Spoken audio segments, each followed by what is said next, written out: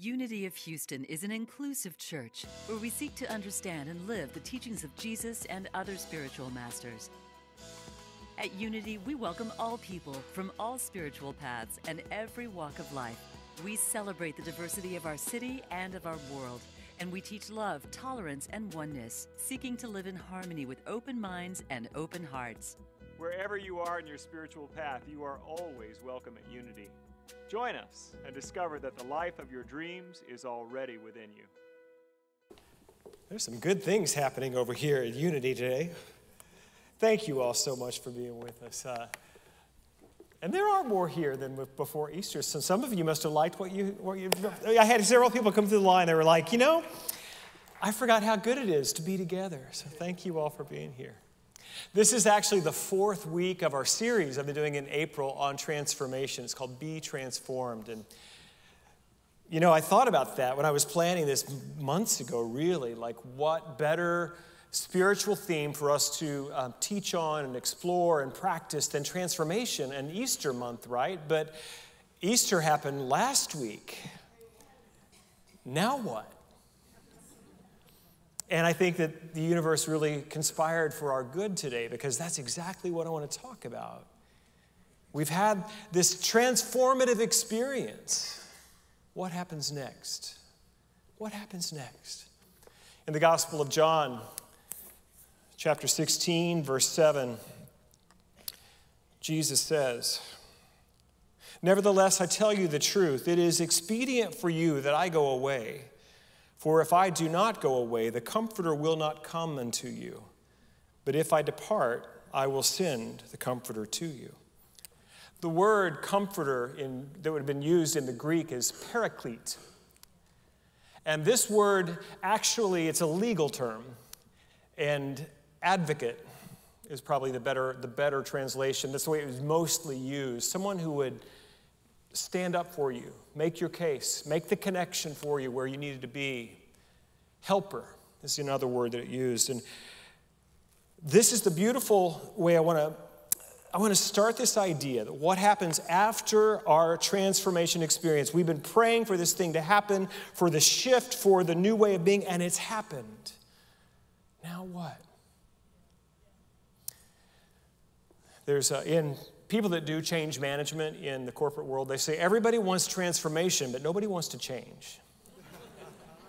And I think we start this very young. This mom brings home a baby girl from the hospital, and the 22-month-old little boy, not sure about this. And after about a week, he says, "Mommy, when is she going back?" And she says, "Honey, what do you mean going back?" And he says, "Back to her house at the hospital."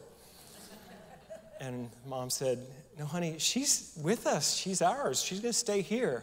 The little boy was quiet. He looks at her and he says, "Mommy, you're not making good choices." Any firstborns remember that moment? You got all that attention, and then, you have to share now? Yeah. Transformation means things are going to change. And when Jesus said that I'm going to send the Comforter, from a metaphysical perspective, what that means is a new way of being in relationship with reality will come after the transformation. A new and higher order of relationship, of connection. That's what that symbolizes for us.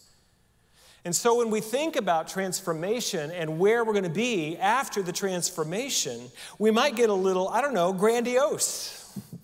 Hey, I have been transformed. I got a new way of being in relationship with reality.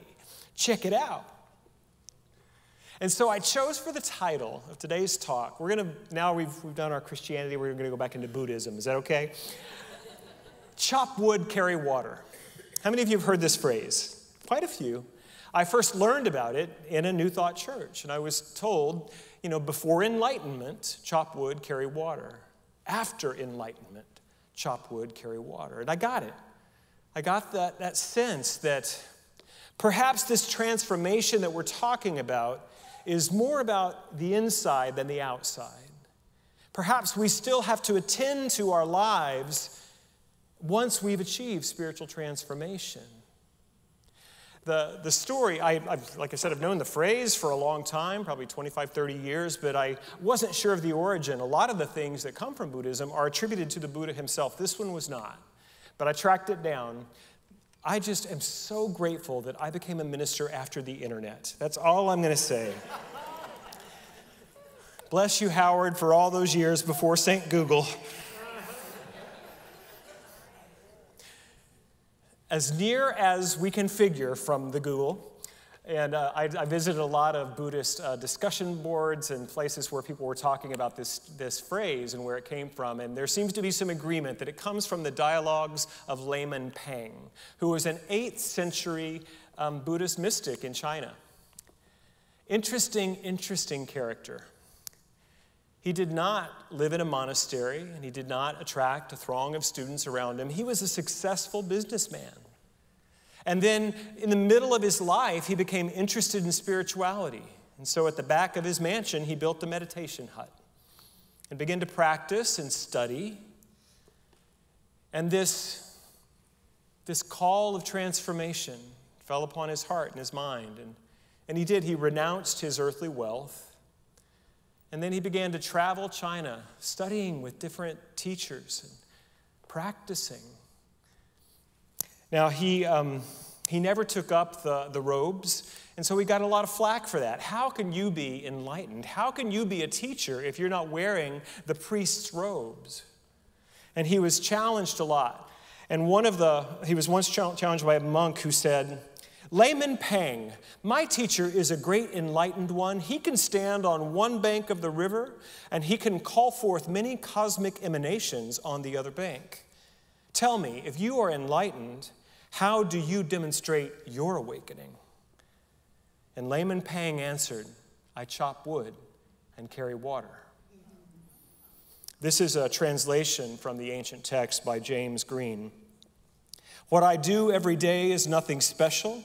I simply stumble around. What I do is not thought out. Where I go is unplanned. No matter who tries to leave their mark, the hills and the dales are not impressed. Collecting firewood and carrying water are the prayers that reach the gods."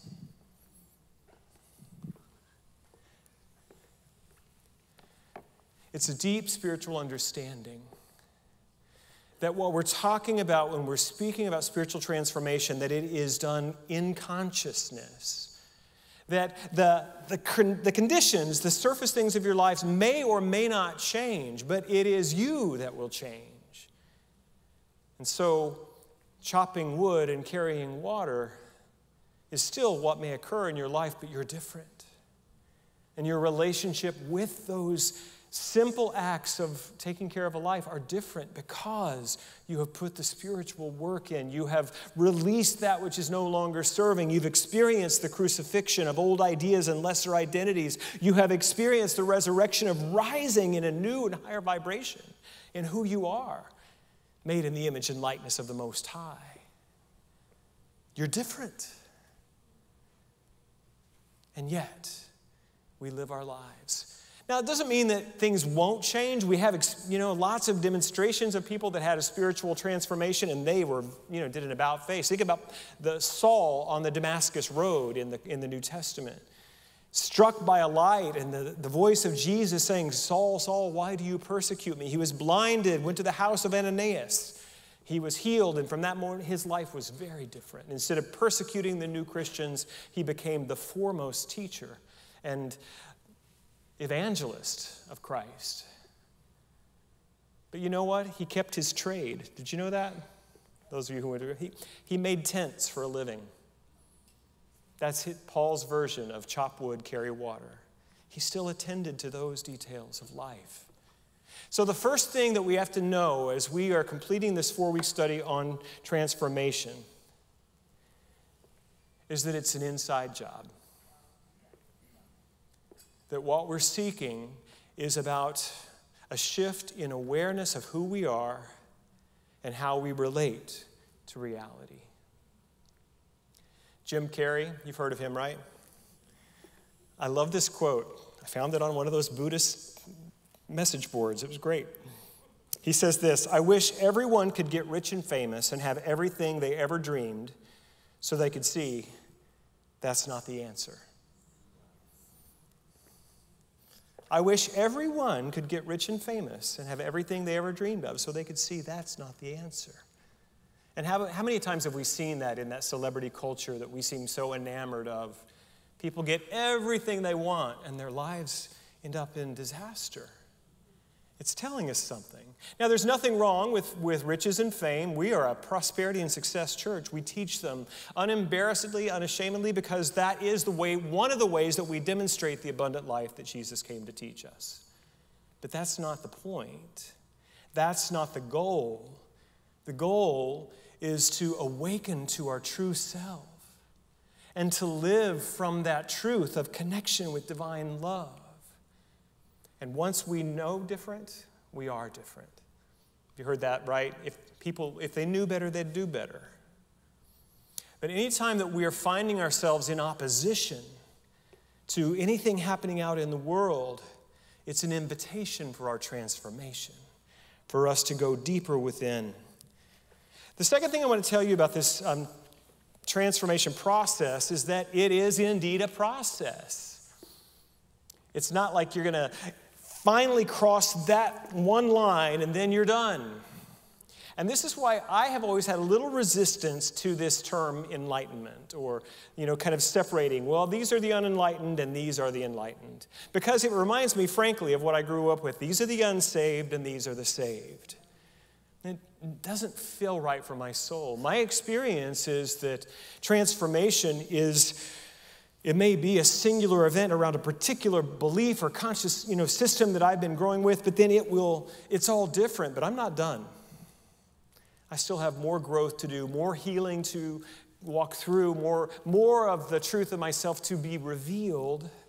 And my dear friend Maggie Cole, I hope you're watching, Maggie, in California this morning, she said it this way. We were doing a workshop once at my former community in Reno, and this idea that I'm finally going to get there.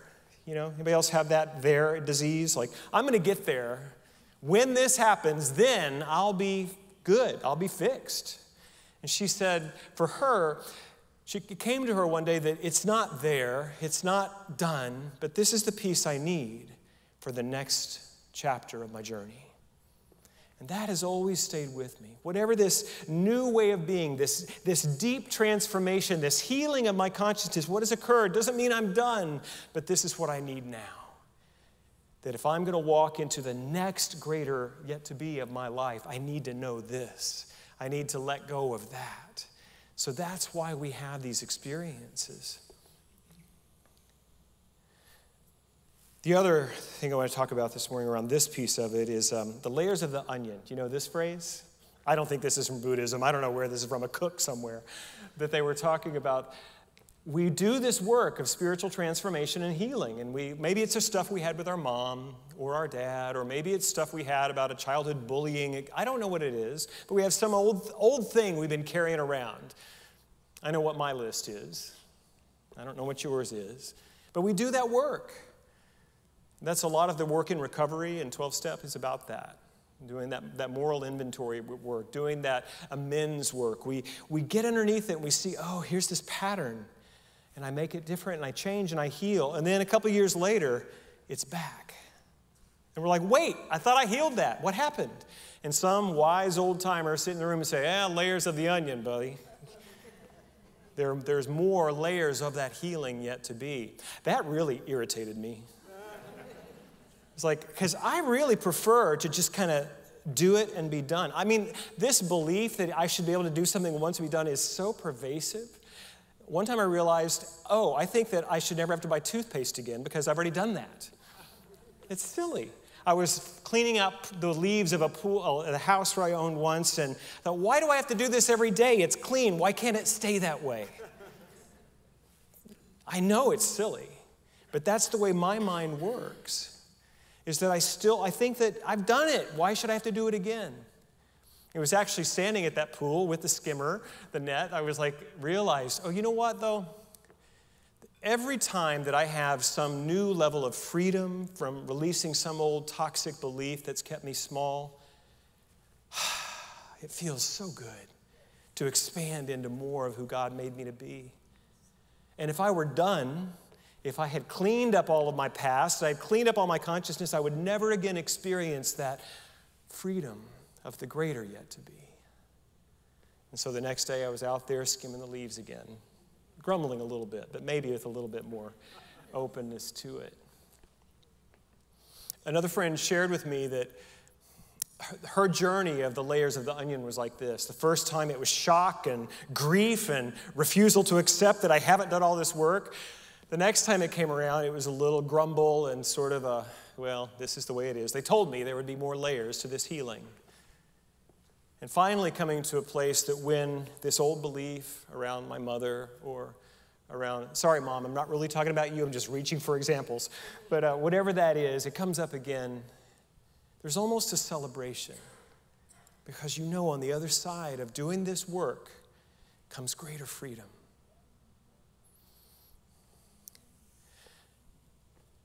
A big piece of work that I had to do in my own spiritual life was what I would call the deconstruction of my evangelical Christian theology.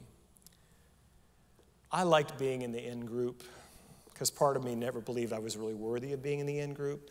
So I found that in that religion, I could do all the things I was told to do, not listen to all that horrible rock and roll music, all of those things, and not drink and all of that. I could do all those right things. Then I was in the right group, and I could judge the ones who were outside of it. It was fun for a while. And if you know that kind of separating theology, you know it doesn't feed the soul. And boy, are we seeing a lot of, I'm not picking on evangelical Christianity, that was just my path, but we can see all of these self-righteous condemning groups that are yakking it out all over the internet and on the news. I've done that. And I remember when I was I was 19 years old, a sophomore at Oral Roberts University, yes, and it was all coming apart, that I was not going to be able to fit into that world anymore. And I've described it as like pulling a thread on the sweater. Here's the thing. I realized that a loving and just God could not create hundreds of billions of human souls to condemn them to eternal punishment in hell. That made no sense. It just couldn't, and even about logical sense, my heart could not accept it. That I had been told something that was incorrect. And I began this years-long journey of deconstructing, of letting go, of having to rewrite all of my understanding of God, of the universe, of reality. And a lot of what I was experiencing was driven by my own sense of shame and unworthiness. And I realized I was reading a wonderful book called True Refuge by Tara Brach, a wonderful Buddhist teacher. And she was talking about the way that the ego, when it's wounded, will give us this message, there's something wrong with me. Can you relate to that? And an unhealed ego, when it's in pain, will always say, something is wrong with me. And even a healthy ego, when wounded, will still go to that place of something is wrong with me. And then the ego, quick on its own heels, will say, and there must be something wrong out there. There's something wrong with them. That projection. There's something wrong with the world. And so many religions capitalize on that. And they say, you're right, there is something wrong with you. There is something wrong with the world, and if you come here and you do it our way, you'll be all right with God. And that belief had to be crumbled in my consciousness. And I came here to the New Thought tradition. What I was told is, no, we don't teach original sin here. We teach original blessing. That God has never cast you out or condemned you or anyone else. And so the work we do here is to evolve, to grow, to heal, to transform our consciousness and remember who we are. The ego still comes in. The ego will still try and make me separate from you. But the work of transformation from a unity perspective, from a oneness, a non-dual perspective, is to never get in the right circle to exclude. It's always to broaden your own circle of of what is and isn't in God. Everything is welcome. Everything belongs.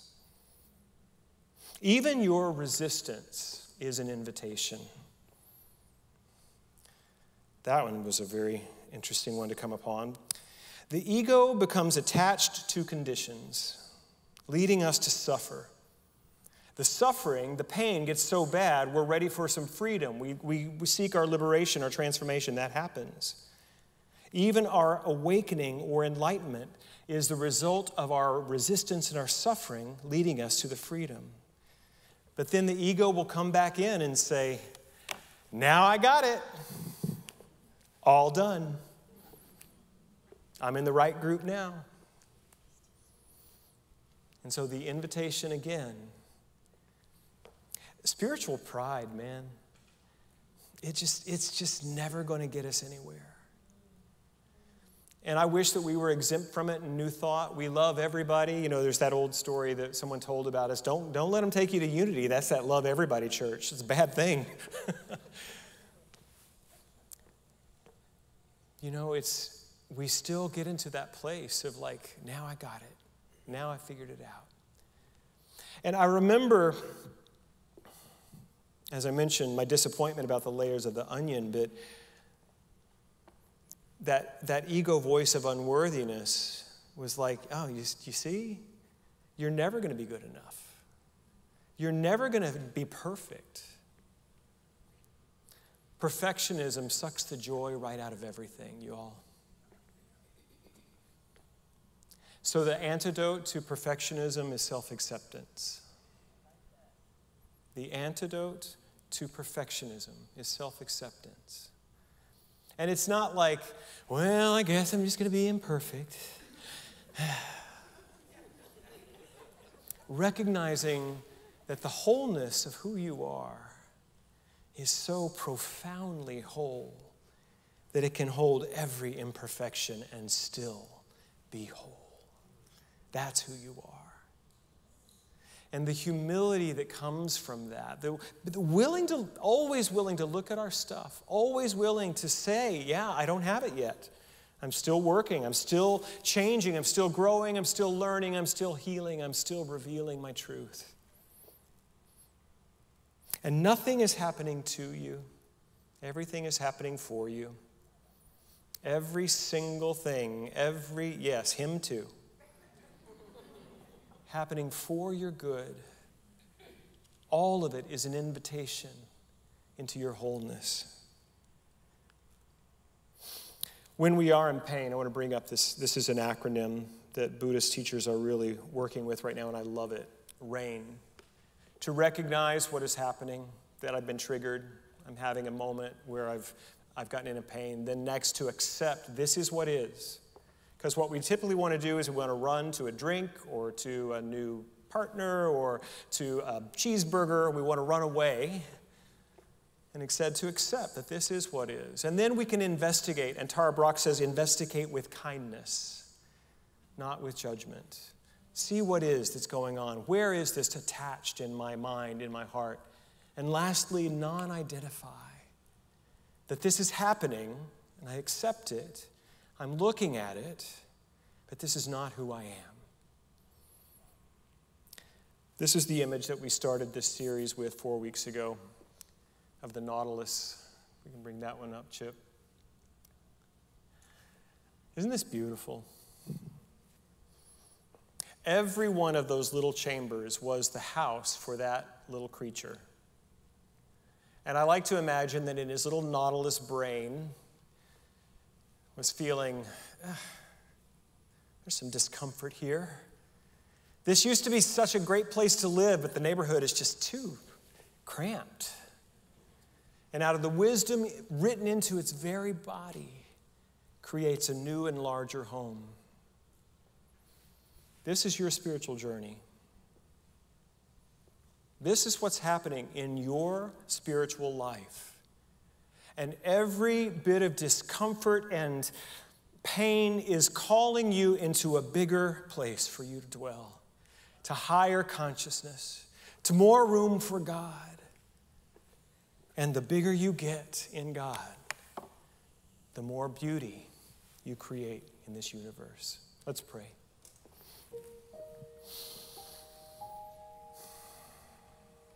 So in this moment, remembering oneness, remembering there is only one life and one power, one presence, God the good, infinite, eternal, omniscient, omnipotent, omnibenevolent,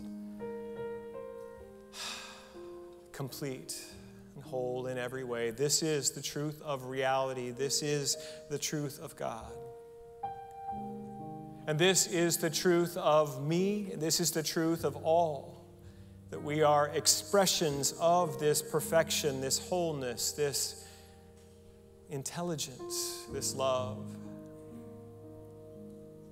And so what I know is that every person, every conscious being, like the eternal growth of the Nautilus, every moment is bringing an opportunity to become more of who we are. To step into a greater, freer experience of wholeness and power. And so we consciously decide to let go of anything that would stand in the way of that truth, that revelation of our wholeness, that freedom that is calling us on the other side of this pain. We say yes to growth, yes to healing, yes to being who God has created us to be. And this yes that we bring into our consciousness will bring every tool needed, every companion needed, every support needed, every teacher needed, so that we can learn, so that we can be witnessed in our becoming. And the outcome is already assured.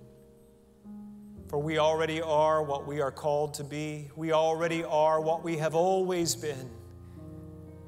Perfect expression of perfect divinity. And we let it be. We let the path unfold before us, and we step into it with joy, with gratitude, and so it is. Amen. Thank you for watching this message today. I'd like to invite you to join us in person here on campus at Unity of Houston for Sunday morning or Wednesday evening services. If you can't be with us here on our campus, you can still join us live on Facebook or on our website, unityhouston.org, Sunday mornings at 11 a.m. Central.